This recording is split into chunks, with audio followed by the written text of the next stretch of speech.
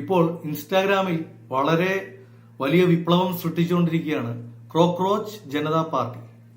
എന്താണ് ഈ cockroach Janata party? ബഹുമാനപ്പെട്ട സുപ്രീം കോടതി ഒരു കേസ് പരിഗണിക്കവേ ഇന്ത്യയിലെ മടിയന്മാരായ യുവജനങ്ങൾ കോക്രോച്ചുകളെ പോലെയാണ് എന്നൊരു പരാമർശം നടത്തി. അവിടെ നിന്നാണ് കോക്രോച്ച് ജനതാ പാർട്ടിയുടെ ആരംഭം.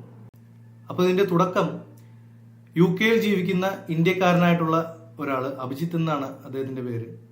അദ്ദേഹമാണ് ഇൻസ്റ്റാഗ്രാമിൽ കോക്രോച്ച് ജനതാ പാർട്ടി എന്നൊരു പേജ് തുടങ്ങുന്നത്.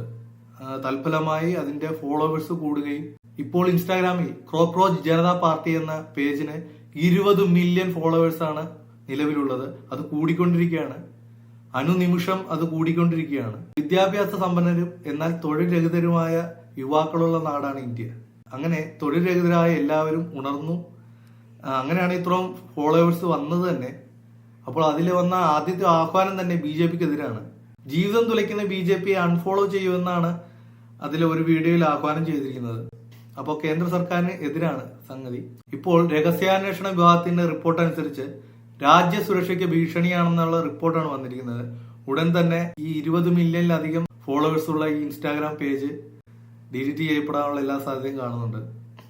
രാജ്യസുരക്ഷയ്ക്ക് ഭീഷണിയാണെന്നാണ് റിപ്പോർട്ട് വന്നിരിക്കുന്നത്. കാരണം നമ്മുടെ തമിഴ്നാട്ടിലെ വിജയുടെ മുന്നേറ്റം കണ്ട് ഇന്ത്യയിലെ രാഷ്ട്രീയ പാർട്ടികളെല്ലാം ഞെട്ടിത്തെറിച്ചിരിക്കുന്ന ഒരു സമയം കൂടിയാണ്.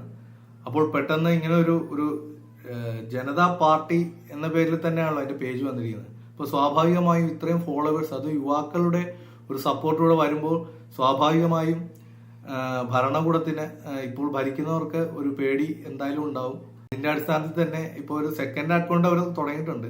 അതിന്റെ അടിസ്ഥാനത്തിൽ തന്നെ ഉടനെ തന്നെ ഈ അക്കൗണ്ട് പൂട്ടാനുള്ള എല്ലാ സാധ്യതയും കാണുന്നുണ്ട്.